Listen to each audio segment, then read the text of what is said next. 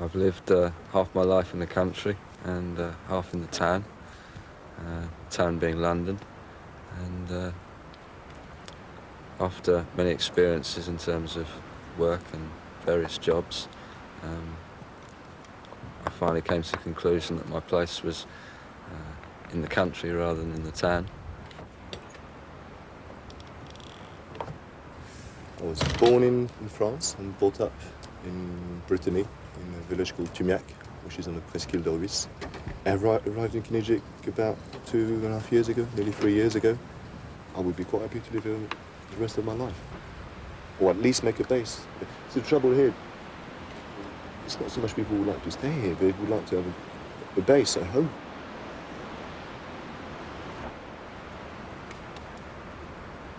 I've been here nearly 4 years now, and when I first moved in here there was just rocks scattered everywhere, so the first task was to clear up the quarry, and then I built the bender which is behind me with an aid of a friend, Steve, which stands up to all kinds of weather. As you can imagine, the Atlantic out there is very harsh at times. And I was here on my own when the October hurricane came. These benders are made out of hazelwood poles and an assortment of tarpaulins. The way we built them, they won't move in any kind of weather, and we've had every kind of weather thrown at us since I've been here.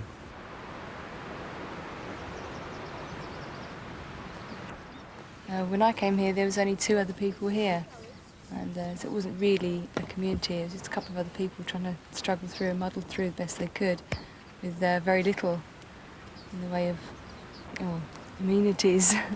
And we decided that it would be better if we all worked together as a team, and that's how it all started. It's a very important place because of what has been on this site 2,000 years ago. It was an ancient Celtic settlement, and the spiritualness that we talk about here is almost as if we feel that we're creating what was tried to be created then, and because of the global warming, because of everything almost seeming as if it's going to fall down around your ears, we feel that we're trying to build something so that people can at least say, well, look, they're trying, they're not just living on the edge of a cliff having a party or having a holiday in Cornwall, but they're actually sort of trying, and that's all.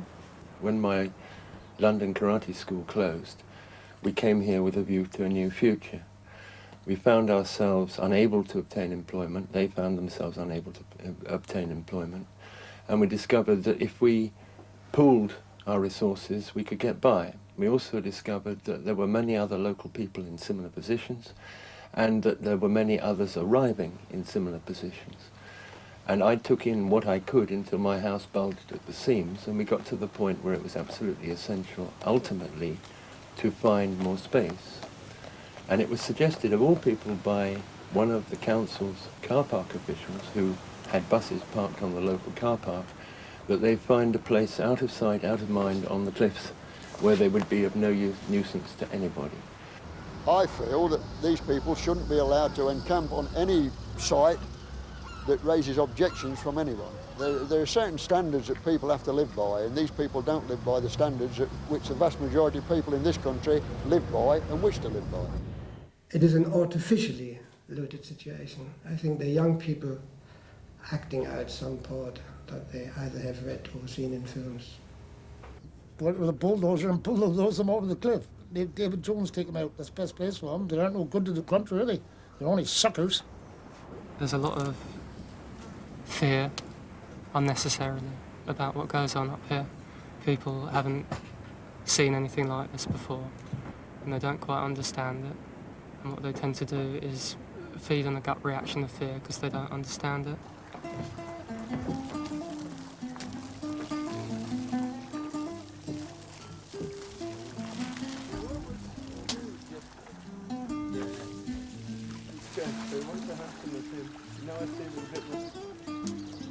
All sorts on the way down traffic. Really?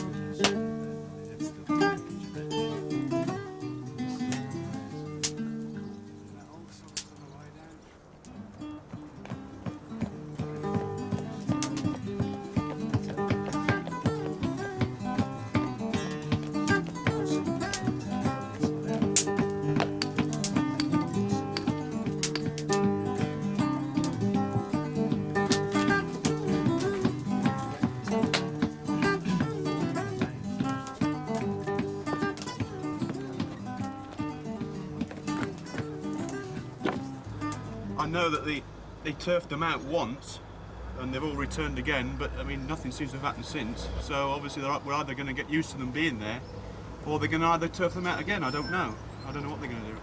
The last time it happened, it was quite early in the morning, around 8, 9 o'clock. There was about 50 policemen, a JCB, a dozen bailiff, a couple of officials from the council. They all turned up and lined up outside the wall and said, basically, we have to go, we have to pack up.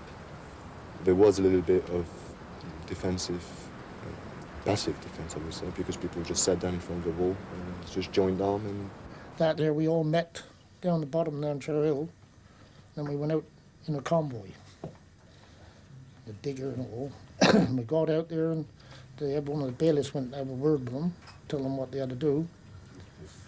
And they wouldn't have sat there, I don't think, so they stopped the digger from pushing the wall down, what they built. So what they'd done, they all come out and lined up in front of the wall to stop the machine going in from knocking it down. So the bailiff said, come on, Ron. He said, bring in your men, let's push them. they had to be dragged. Some of them were dragged by their hair, and pregnant women were dragged about as well. And we had no chance of resisting anything. We didn't really resist that much. They then brought the JCB in, smashed the wall. And then the JCB moved back. There was a little bit of panic because they didn't really know what to do next. I said to my four mates that went from here, come on, let's push them. No, they said, we aren't touching them dirty buggers, and they wouldn't do nothing. So anyway, I went in and we pushed them. And the digger had done his job. We came to a compromise where we said to him, okay, don't smash the houses, don't smash the benders, we'll take it down ourselves. Instead of moving out the next day, they all moved back in again. And they've been here ever since. They left, and basically we came back the next day and rebuilt everything. We've never seen them since.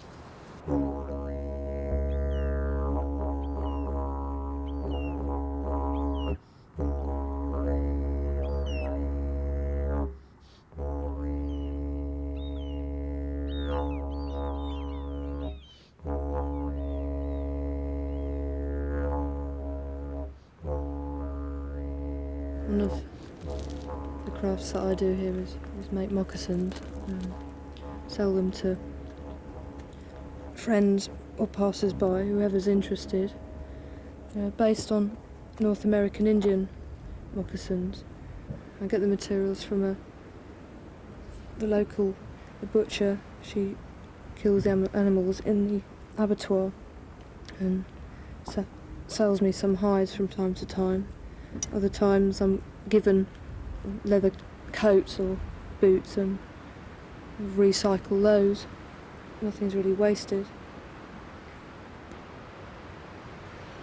Benders are not really ideal. They are good for now, but you'll see that we're starting to build roundhouses, like Celtic design roundhouses, and that's what eventually I'd like to move into. Next step up sort of thing. But I like the benders. I mean, it's really good. I mean, if anything does happen, you can always take it down and quickly and put it up somewhere else. So it is quite handy, really. And they do keep out a lot of weather, a hell of a lot of weather. I've been through quite a lot already. But the roundhouse is what I really want. The old, if you like, Celtic roundhouses or Bronze Age roundhouses, were adaptable to each area that they lived in due to the local building materials. So, for instance, in some places, a wall would be differently built due to the type of stone, or even in some places where there wasn't suitable stone, they would then use wattle and daub. And so here in the quarry, the idea being is that the walls, if you like, blend in with the surroundings because the stone is being used directly from rock falls.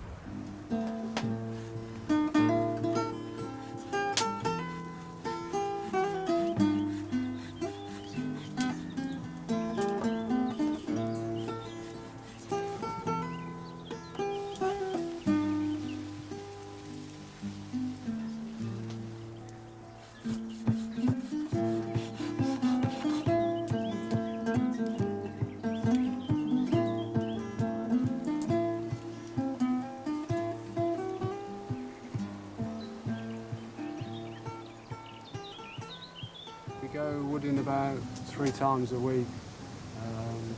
It's very essential for our survival, especially for cooking and heating the benders. The landowner here, we used to take some wood to, and she then said we could clear it for our own purposes. And it's similar to the tree behind me, which has fallen down. If that's not cleared, then 2 other trees go with it. So it's helping nature, it keeps that balance. It does nature good, us good, and the landowner good. It's beautiful.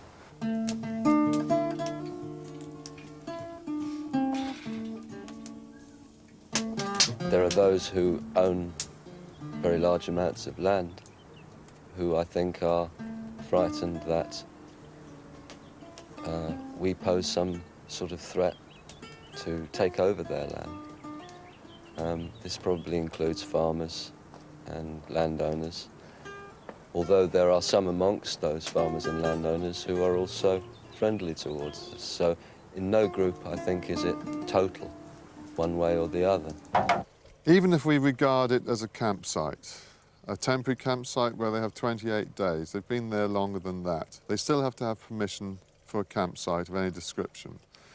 It then brings into the whole question of health, safety, the rubbish disposal, throw it over the cliff, sanitary disposal.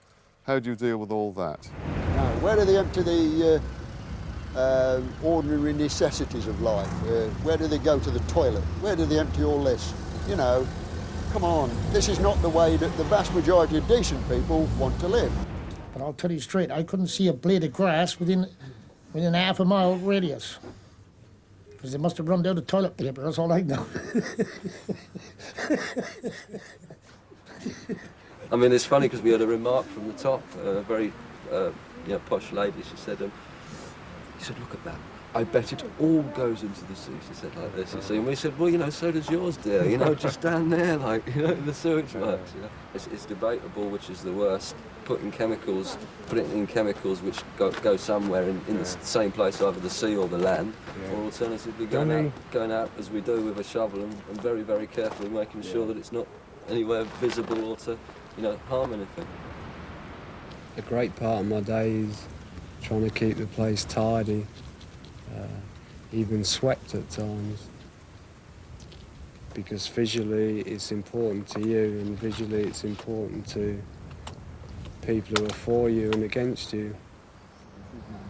You've got to look at the people that have lived in these areas for all their lives and don't want to see that way of life that they've enjoyed and have paid their debts to society and do so weakly, being impinged upon by people like this that they've got no responsibility to anyone. They don't want to accept any responsibility for the laws of the land, to pay any taxes, to pay to the upkeep of the area.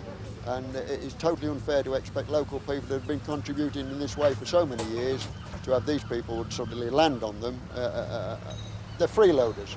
That's the opinion of the local people. They're freeloaders.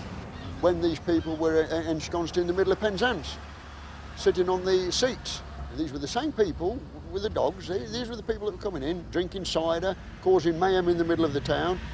The whole of the area, the whole of the shopkeepers. You can speak to them all around the shops. They'll give you their opinion. Really, I can be honest with you, I could leave them in here and walk out the shop and they wouldn't touch a thing. They wouldn't. But there's ones that come down in the summer, innit, Joyce, that arrive in the summer, they're no good, and they cause trouble, and then the ones that are down there all the time carry the can for it.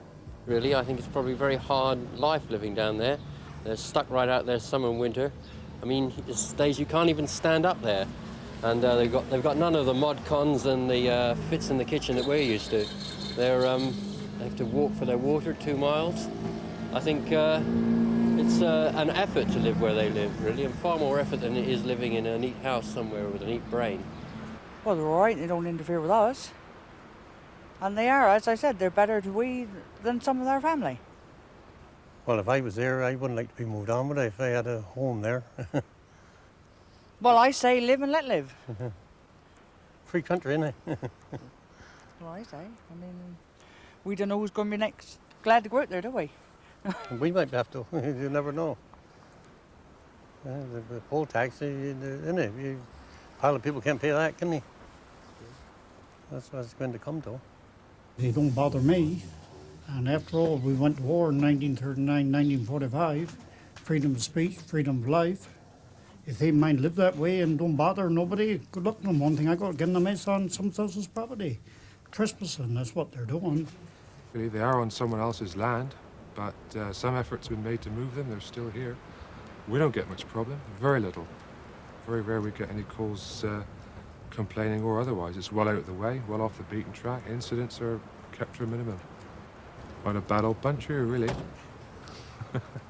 I must admit that although we get on fairly well, I wouldn't like them in my back garden.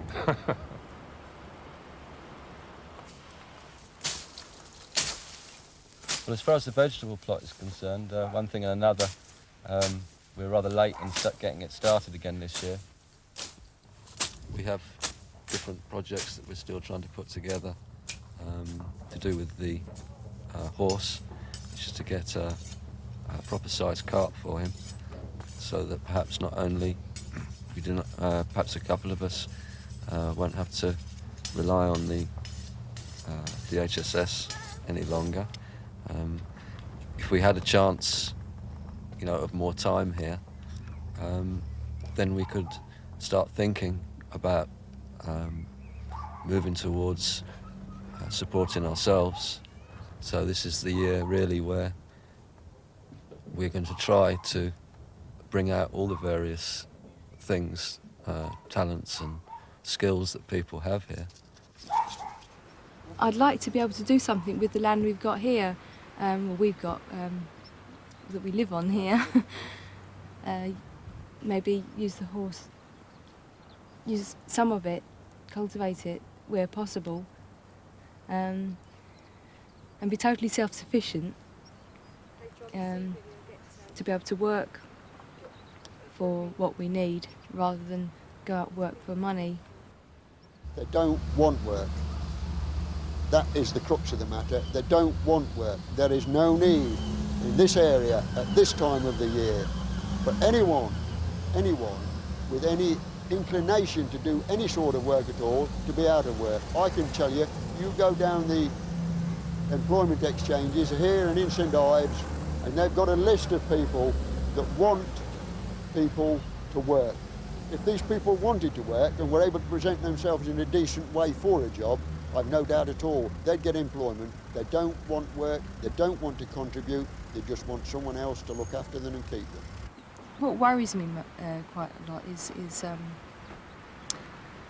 money and having to draw from the, being on supplementary benefit, whatever they call it, income support. That's what niggles me most. It's because I always got to rely on that at the moment.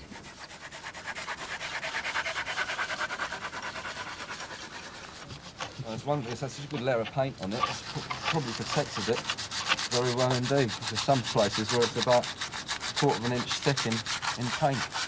Yeah, we made a deal finally for the Sherpa van, and we've got it for a reasonable price. But we wanted to move on to horse and cart transport. And the van won't last more than the winter, so we hope to have this ready, or very nearly ready, by April, May, so that we can do away completely with vehicle transport. The cart was left standing in the grass for quite a while, so the base of the wheel rotted. It got wet. It's got wet rot in it. It's got woodworm, a bit of dry rot as well. And hopefully we're going to try to cut a clean section off it, keep the studs and the spokes, and make 2 half sandwich of hardwood, which will be doweled and glued. And hopefully that should work. It's not the proper way to repair a wheel, really. We should take the whole tyre off and replace the whole section from there to there. But taking the tyre off involves too much work, really, unless you've got the right tools, unless you know exactly how to do it, which we don't. So we have to do it the way we can.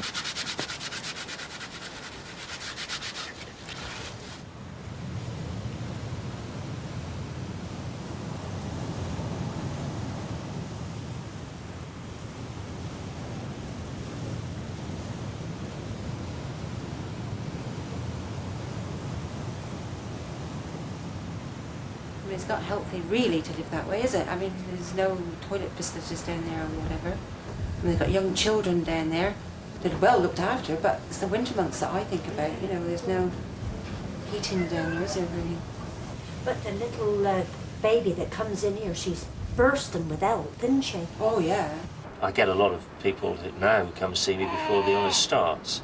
But I guess you're in a pretty isolated situation, and you must have various techniques for coping with this in the early stages in any case. Or have you not had much of a problem that way? I haven't had any problems like that at all, really. I mean, apart from the fact that, I've got a problem now with her, she's teething and she won't eat properly. And, yeah. But it's just, you just got to get on with it. And, yeah. I mean, we've got everything here we need. We've got water. Sure. Heat it up. There are health risks attached to living here, but I think they are more to do with isolation and the cold, possibly. They appear to have reasonable access to conventional healthcare facilities. They certainly have got a very reasonable relationship with the health visitors and the midwives. You see, it's very difficult on a day like this to see anything really positive about this, because personally and medically I'd find this uncomfortable, but it seems to work.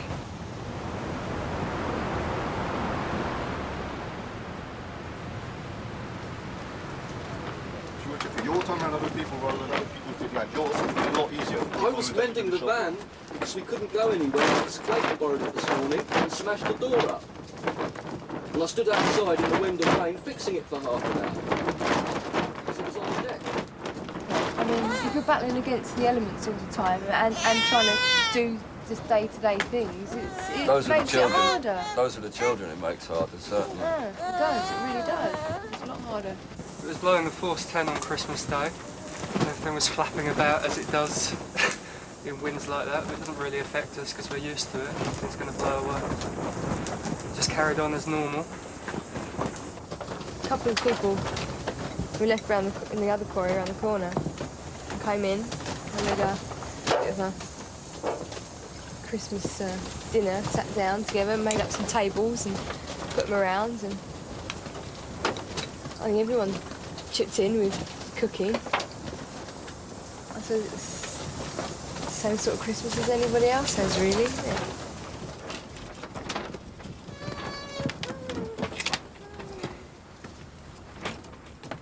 So I will strongly vote against this recommendation. And I ask every other councillor who calls himself a Christian, and I'm not Bible preaching, but everybody in this room who calls himself a true Christian, think what you are doing. They are perfectly harmless, innocent people. And when you go home tonight, after you have voted the way you are going to vote, you will go back to your nice warm homes, your nice comfortable homes. And some of you will probably sneak into a bedroom and have a look at the baby fast asleep, your children fast asleep. Just give some thought for what you are doing. You are saying to people, because you don't conform with my standards, you have no rights whatsoever to live like you choose to live. People ask us what is achieved living here, and a lot of people who have been here a long time will point out that life is achieved here. And it is quite amazing that life can be achieved on the edge of a cliff.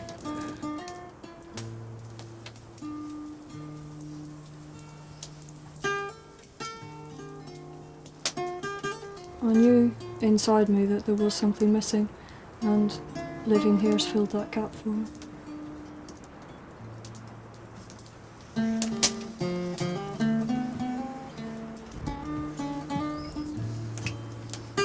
One of the most difficult things about trying to do something like this is coming to terms with the fact that it could all be just taken away and gone. But as you see, everyone's overcoming it. I don't want very much in life, really.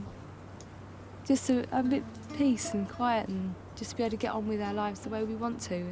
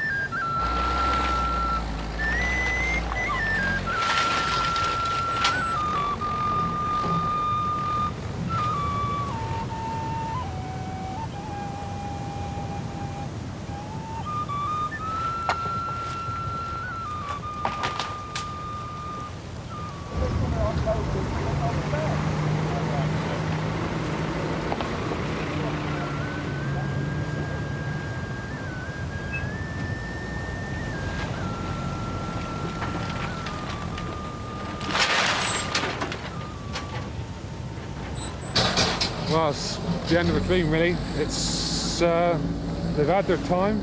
I think they enjoyed themselves while they were here, but circumstances have made sure that everybody's moved out of the place.